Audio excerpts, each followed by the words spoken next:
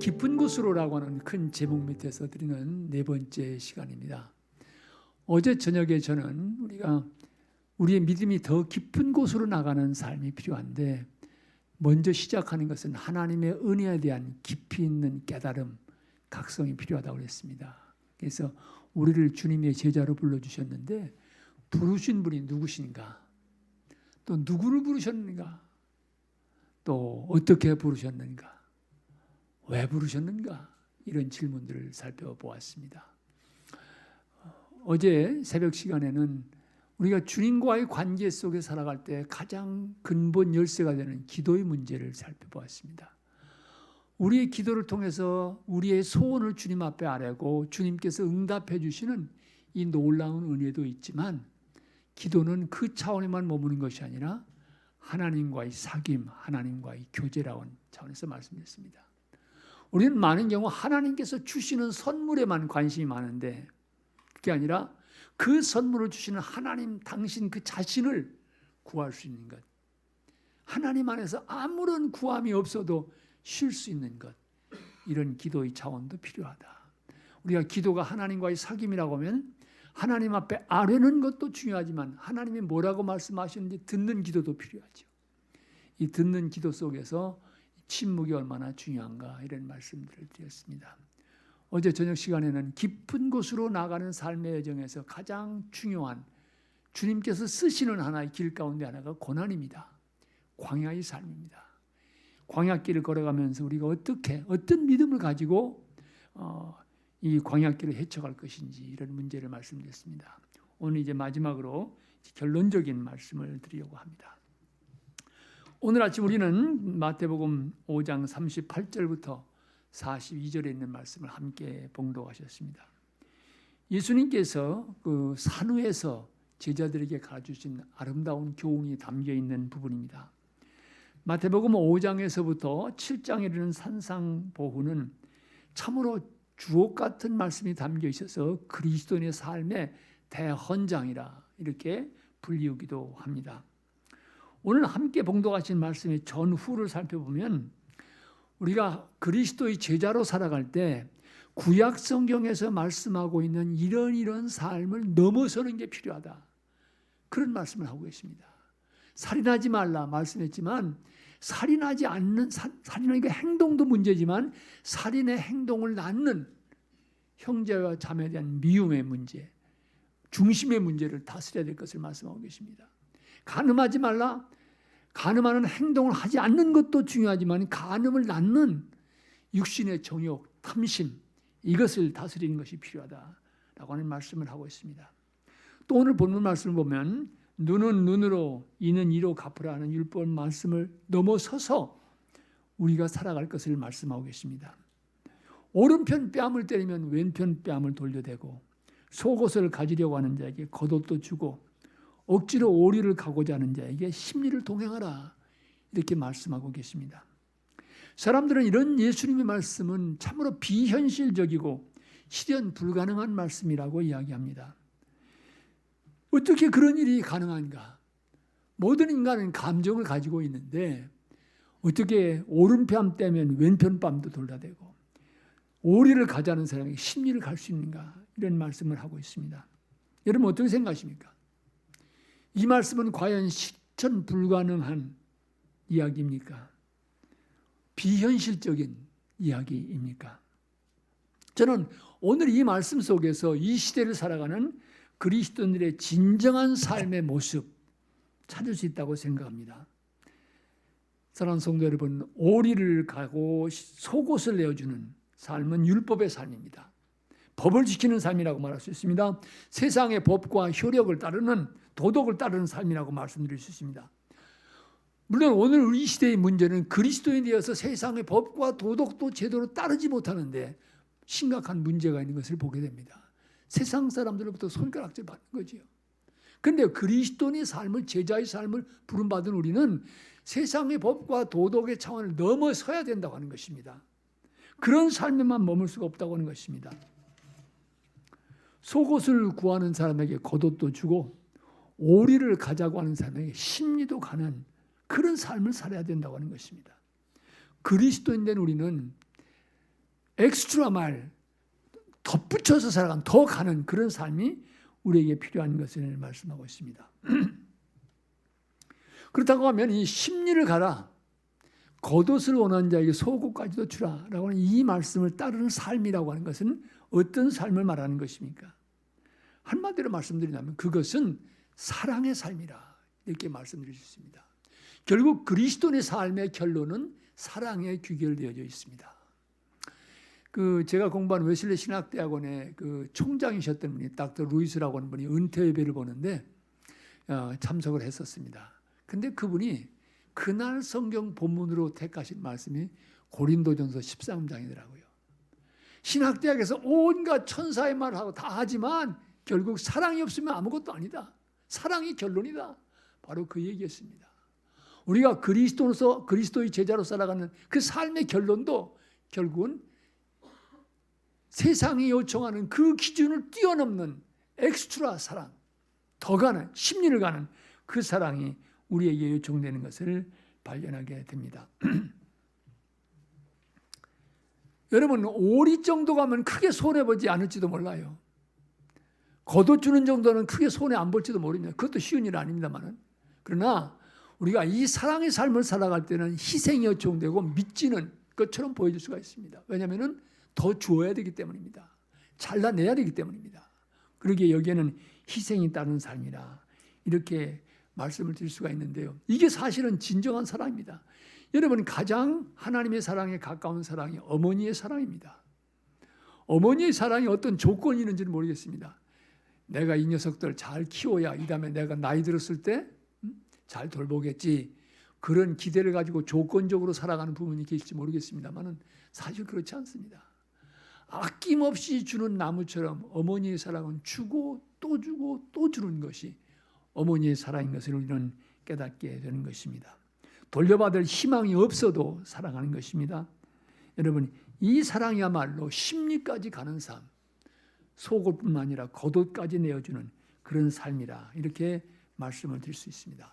자, 그렇다고 하면 이 사랑의 삶이라고 하는 것을 조금 더 구체적으로 살펴보고자 합니다.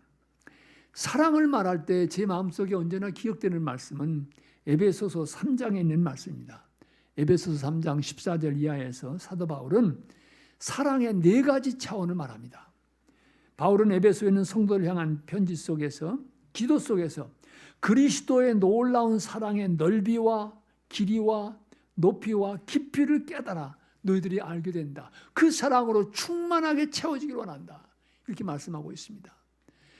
우리가 예수님의 사랑 속에서 보게 되는 사랑의 4가지 차원은 우리가 심리를 가는 사랑의 삶을 살아가는데 중요한 지침이 될 수 있다고 생각합니다. 자, 그렇다고 하면 심리를 살아가는 삶 속에서 먼저 넓이의 차원이 있습니다. 넓이라고 하는 것은 사랑의 폭을 뜻한다고 볼 수 있습니다. 사랑의 대상에 대한 문제입니다. 만일 우리가 내 마음에 드는 사람, 내가 좋아하는 사람만을 사랑한다고 하면 오늘 성경에서 말씀하는 것처럼 그건 이방인도 한다. 죄인이라고 손가락질 받는 세리도 한다. 너희들은 그 차원에 머무르서는 안 된다는 거죠. 끼리끼리의 차원에 머무르면 안 된다는 얘기입니다. 우리 그리스도의 사랑의 복은 원하지 않는 사람까지도 내 마음에 미움이 있는 사람까지도 품을 수 있는 이 폭이 필요하다고 하는 말씀입니다. 여러분, 예수님께서 어떤 사랑을 보여주셨습니까? 십자가에 못 박는 그들을 위해서까지 기도해 주셨습니다. 그렇기 때문에 원수까지도 사랑하라 이런 말씀을 하셨는데 많은 사람들이 그건 비현실적인 얘기다. 또 어떤 분들은 이게 왜 가능하냐? 예수님 잘 믿으면 원수가 없어지니까 가능하다. 뭐 이런 얘기 하시는 분들도 있는데요. 어쨌든 이 사랑의 폭이 내가 원하고 내 생각, 내 주장 여기에만 갇혀 있어서는 안 된다는 거예요. 그 폭이 넓어져야 된다라고 하는 것입니다. 이어서 말씀하고 있는 것은 사랑의 길이입니다. 사랑의 길이라고 하는 것은 시간의 흐름 속에서도 그 사랑이 변질되지 않는 그런 사랑을 뜻한다고 볼 수 있습니다. 예수님께서는 요한복음 13장 1절에서 이하에서 이제 하나님께로 돌아갈 때가 이른 줄 아시고 세상에 있는 제자들을 사랑하실 때 끝까지 사랑하셨다고 했습니다. 끝까지 사랑하셨다. 이 끝까지 사랑이라고 하는 것을 성서를 연구하는 사람은 2가지 차원에 생각합니다. 하나는 마지막 순간까지 last to the last moment, 마지막 순간까지 주님께서는 십자가에 못 박혀 돌아가실 때까지 사랑하셨다고 하는 것입니다. 또 하나는 최고의 사랑으로, 더 이상 말할 것이 없는 최고의 사랑으로 사랑하셨다고 하는 것입니다. 여러분, 이 사랑의 진정성은 사실은 이 시간의 흐름으로 측정될 수가 있습니다. 미국에서 모 대학에서 연구한 결과에 의하면 사랑에 빠졌다, fall in love, 사랑에 빠졌다, 가슴 뜨겁게 사랑한다, 그런 사랑은 잘 가면 2년 간다는 거예요. 2년 지나면 시들기 마련이라고 하는 것입니다.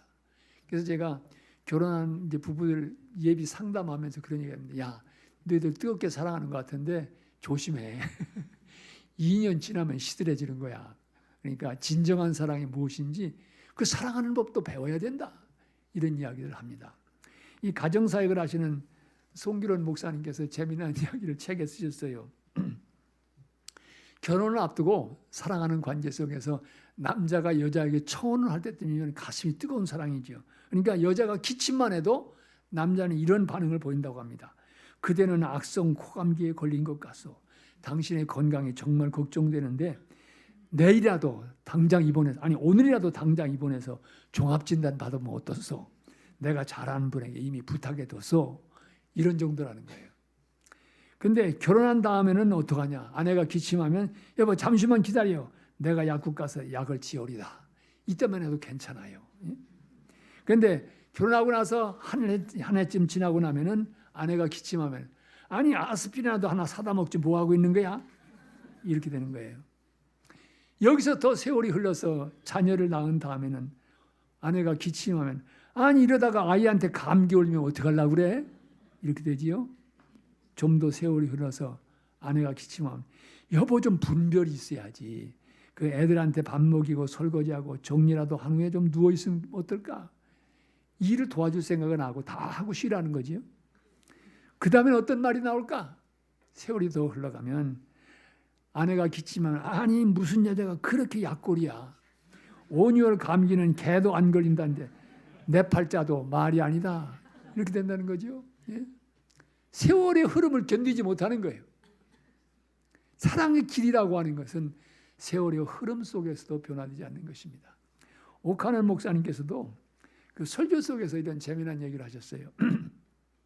부부라고 하는 것은 10대에는 서로 꿈속에서 그리며 살고 20대에는 서로가 신이 나서 살고 30대에는 서로가 환멸을 씹으면서 살고 40대에는 서로가 체념하여 살고 50대는 서로가 가엾어서 살고 60대에는 서로가 없으면 안 되니까 살고 70대는 서로가 고마워서 산다.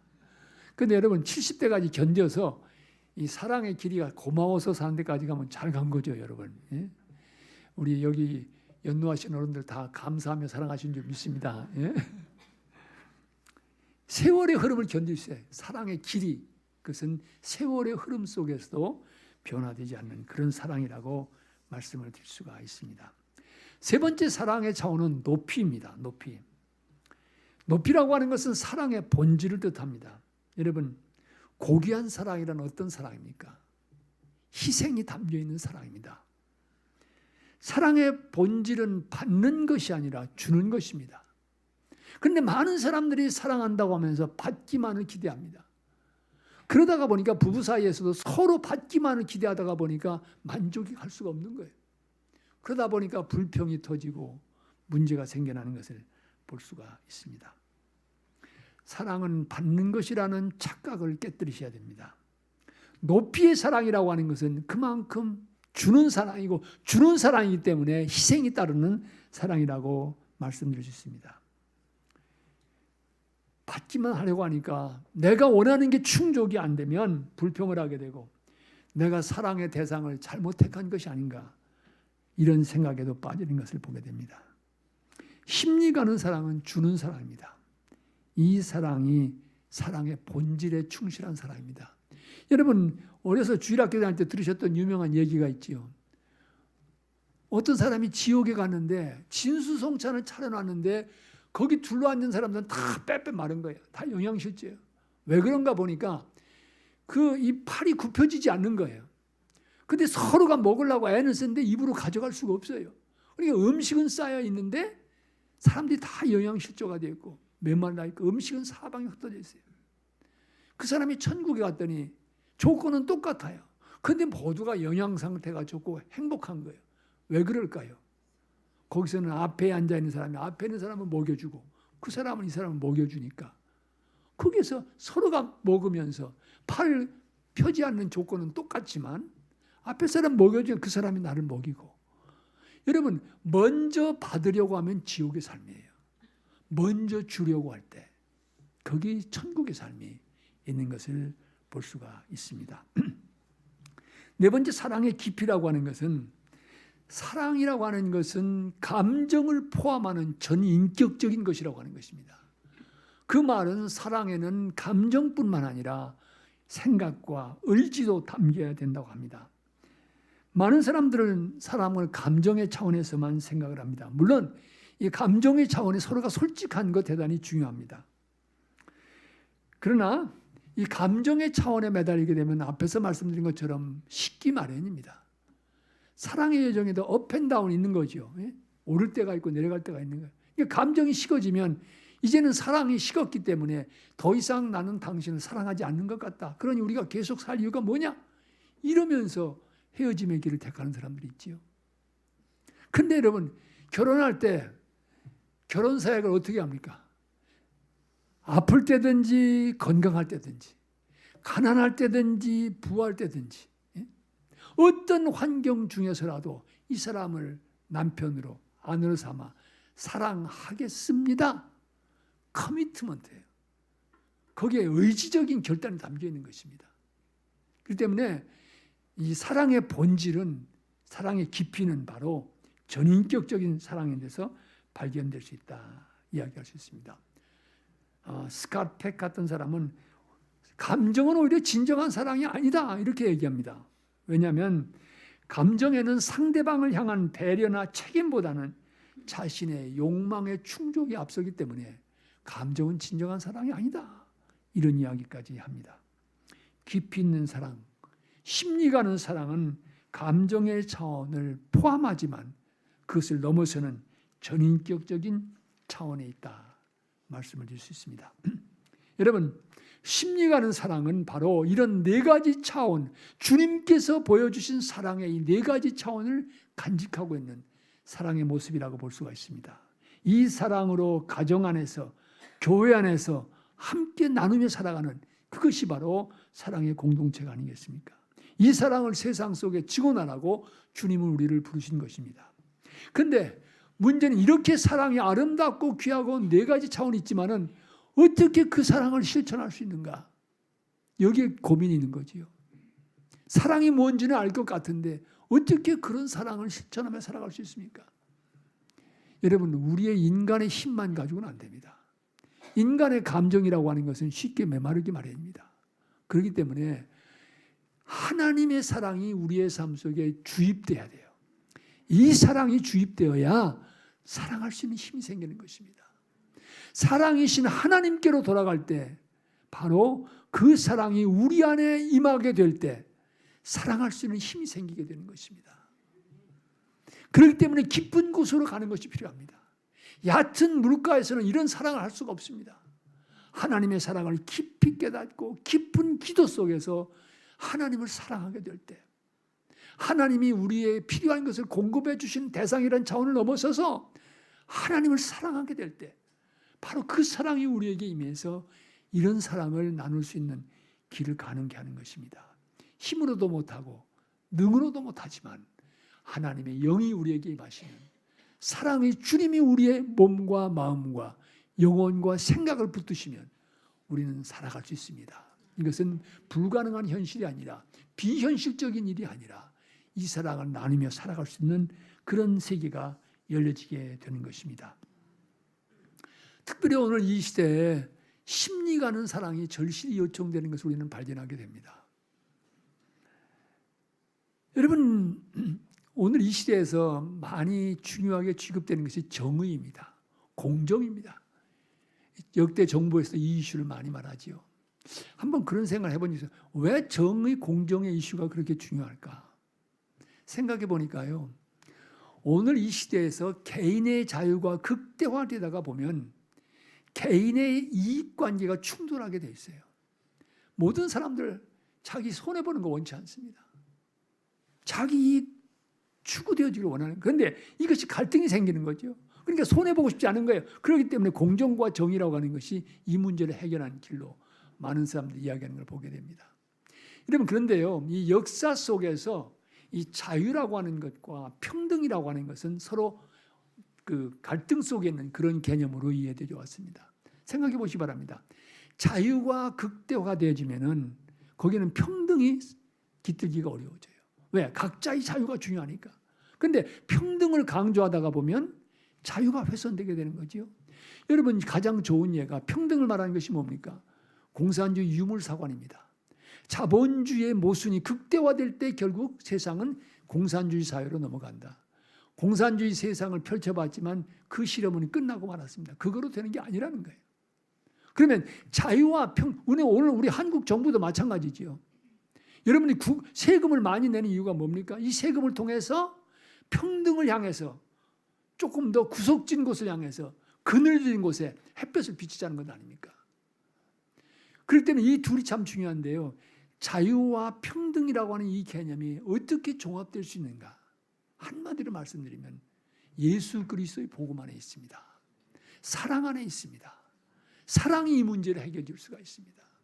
그렇기 때문에 저는 오늘 이 시대에 심리 가는 사랑이 그 어느 때보다도 필요하다. 특별히 교회라고 하는, 그렇기 때문에 저는 누가 뭐라고 해도 세상에서 손가락을 받는 아픔이 있지만 그러나 교회 안에 희망이 있다. 복음 안에 희망이 있다. 이 세상의 모순을 극복하는 길이 있다는 확신을 갖게 됩니다.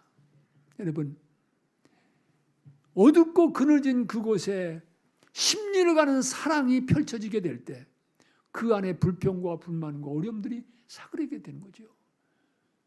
이게 조금 더 밝은 사회, 조금 더 나누는 사회가 되는 것 아닙니까? 이게 우리 모두에게 필요한 현실입니다. 우리 이레교회는 세상의 빛이라고 선포했습니다.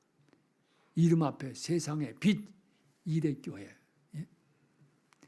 어떤 빛을 비출 것입니까? 무슨 빛을 세상 속에 비출 것입니까? 저는 분명히 여러분께 권고드리겠습니다. 우리가 비추어야 할 빛은 심리 가는 사랑의 빛입니다.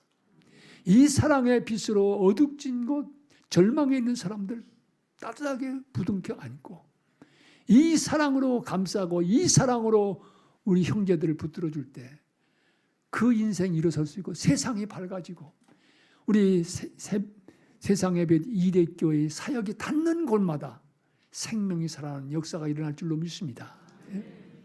이 심리 가는 사랑이 바로 오늘 이 시대 속에서 그리스도의 교회들이 특별히 세상의 빛 이레교회가 붙들어야 될 그런 과제라는 말씀을 드리고 싶습니다.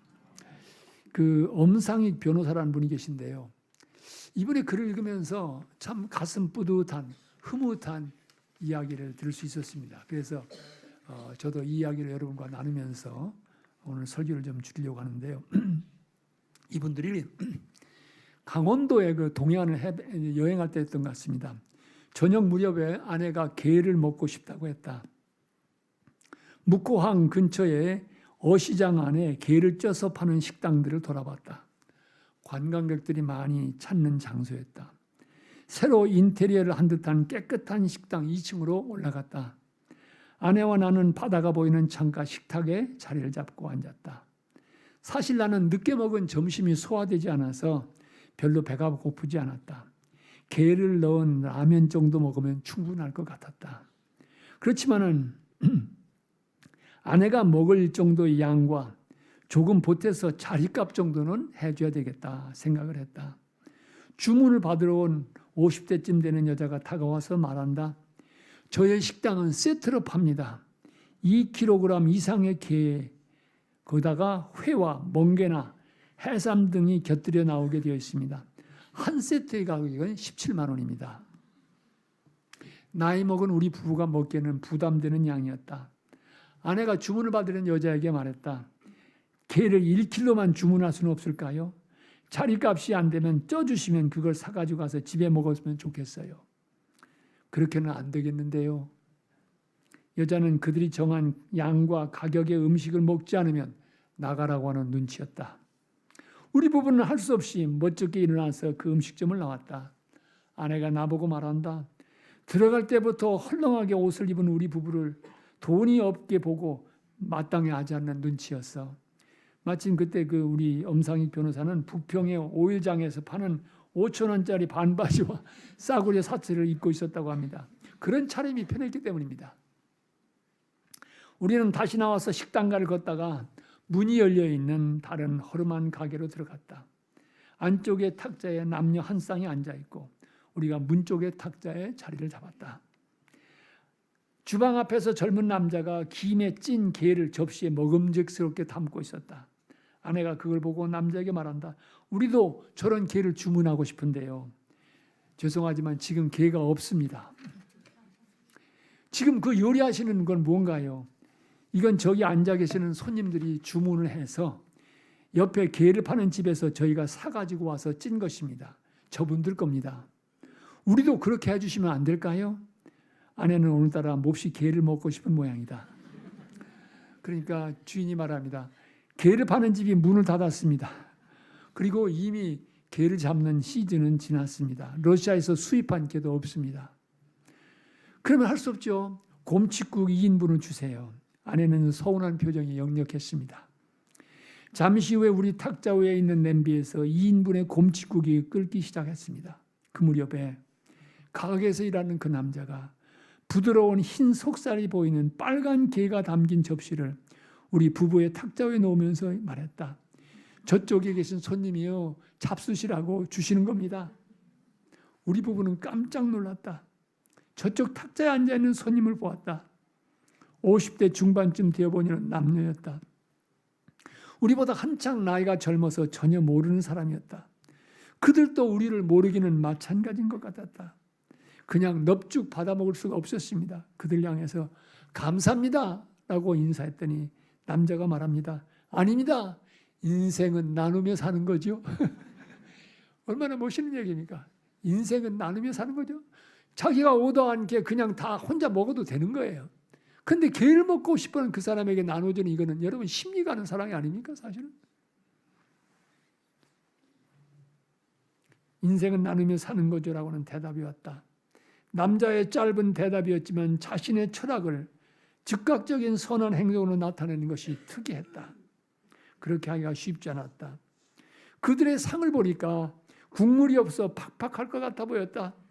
아내가 큰 그릇 하나를 얻어다가 끓는 곰칫국을 담아 그 남녀에게 가져다 주었다. 잠시 후 그 남자가 화장실을 갔다가 돌아가면서 내 옆을 지날 때였다. 내가 그를 보고 말했다. 어떻게 그렇게 마음이 넉넉하십니까? 아닙니다. 그는 당황한 듯이 오히려 고개를 깊이 숙이면서 인사하고 자기 자리로 갔다. 바라기는 그 사람이 예수 믿는 사람이었으면 좋아할 것 같아요. 예? 나는 그가 보낸 게 바가지에 밥 한 그릇을 비벼서 뚝딱 해치웠다. 그 속에 섞인 그의 맛깔스런 양념 같은 마음이 더 향기로운 것 같았다. 뭔가 사랑의 빛을 진 느낌이었다. 다시 보기 힘든 그들에게 되갚을 기회가 없을 것 같았다. 그 음식점을 나오면서 계산할 때 그 남녀가 먹은 맥주와 소주의 값을 조용히 지불하고 나왔다. 흐뭇한 저녁이었다. 우연히 스치고 지나가는 남이라도 서로 그렇게 정을 나누는 세상이 되었다면 얼마나 좋을까 생각을 했다. 돌아오는 길 옅은 분홍색의 황홀이 바다를 물들이고 있었다. 여러분 아름다운 얘기 아닙니까? 나누는 삶이라고 하는 것이 이렇게 귀중한 것입니다. 나누는 손길들을 심리 가는 사랑을 세상은 기다리고 있습니다. 그 사랑을 전하기 위해서 주님께서는 일회교회를 세우신 줄로 믿습니다. 여러분을 부르신 줄로 믿습니다. 여러분의 가정에서 여러분의 삶의 현장 속에서 이 나눔의 사랑, 심리 가는 사랑을 나누시기 바랍니다. 하나님께서는 여러분을 통해서 이 사랑이 증거되어져서 그 사랑이 증폭되어져서 더 많은 사람에게 이 사랑이 전해지는 그런 역사가 이루어지기를 우리 주님께서는 기다리고 계십니다. 이 부르심에 응답하는 여러분 되시기를 진심으로 기원하며 우리 결단의 마음을 담아서 찬송가를 부르시겠습니다. 503장 찬송입니다. 세상 모두 사랑 없어. 우리 다 인나서 부르시는데 1절과 4절을 부르시는데 우리 4절은 두 번 같이 부르십시다. 네.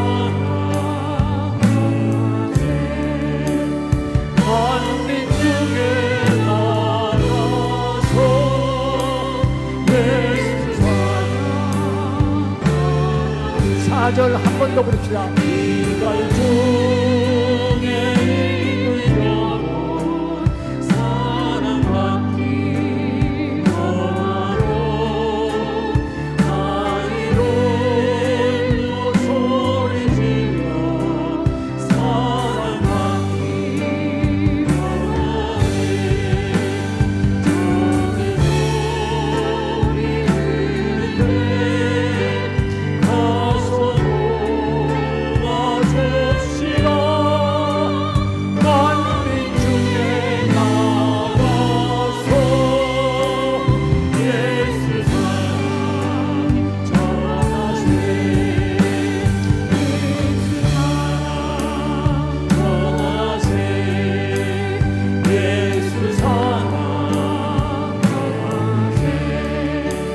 원하네.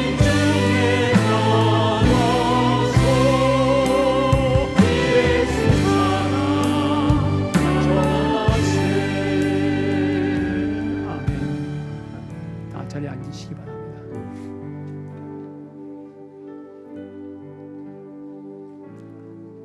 세상은 심리가는 사랑을 기다리고 있습니다. 우리 교회 안에도 심리가는 사랑을 기다리는 성도가 있을 수 있습니다. 우리의 자녀들 가운데도 영혼 깊은 곳에서 심리가는 사랑을 기다리는 사람도 있을 수 있습니다. 왜 주님이 우리를 제자로 부르셨습니까?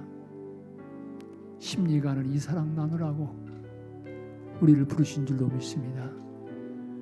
왜 이레교회를 세우셨습니까? 세상 속에 심리가는 사랑의 빛 비추라고 세우신 줄로 믿습니다. 사랑할 수 있는 힘을 구하시기 바랍니다. 이 사랑을 실천할 수 있는 용기를 구하시기 바랍니다. 누가 달라고 안 해도 기쁨으로 나눌 수 있는 이 너그러운 마음, 이 사랑의 마음을 간구하십시다. 하나님, 한 번 사는 인생인데 나누며 살라고 오리 가자는 사람에게 심리 가라고 말씀하시면서 진리의 길을 일깨워 주시는 것 감사합니다. 주님, 사랑하며 살게 하옵소서. 결국 남는 것은 사랑의 흔적뿐인데 많이 심고 갈 수 있는 우리 모두가 되게 하옵소서. 외로움 있는 곳에, 슬픔 있는 곳에 다가가서 심리 가는 세상으로, 이 세상을 아름답고 웃음이 터지는 동산으로 바꿔가는 우리 모두가 되게 하여 주시옵소서. 우리 이대교회가 이 사랑의 빛을 비추는 능력 있는 주님의 도구가 되게 하여 주시옵소서. 이대교회 성도들은 심리 가는 사랑으로 이 세상 속에서 증인의 삶을 살아갈 수 있도록 도와주시옵소서. 주님, 부족하고 모자라지만 저희들을 이렇게 불러주신 것 감사합니다. 주님 앞에 서는 날까지 이 사랑의 걸음을 계속해 가게 하옵소서. 예수 그리스도를 받들어 기도합니다.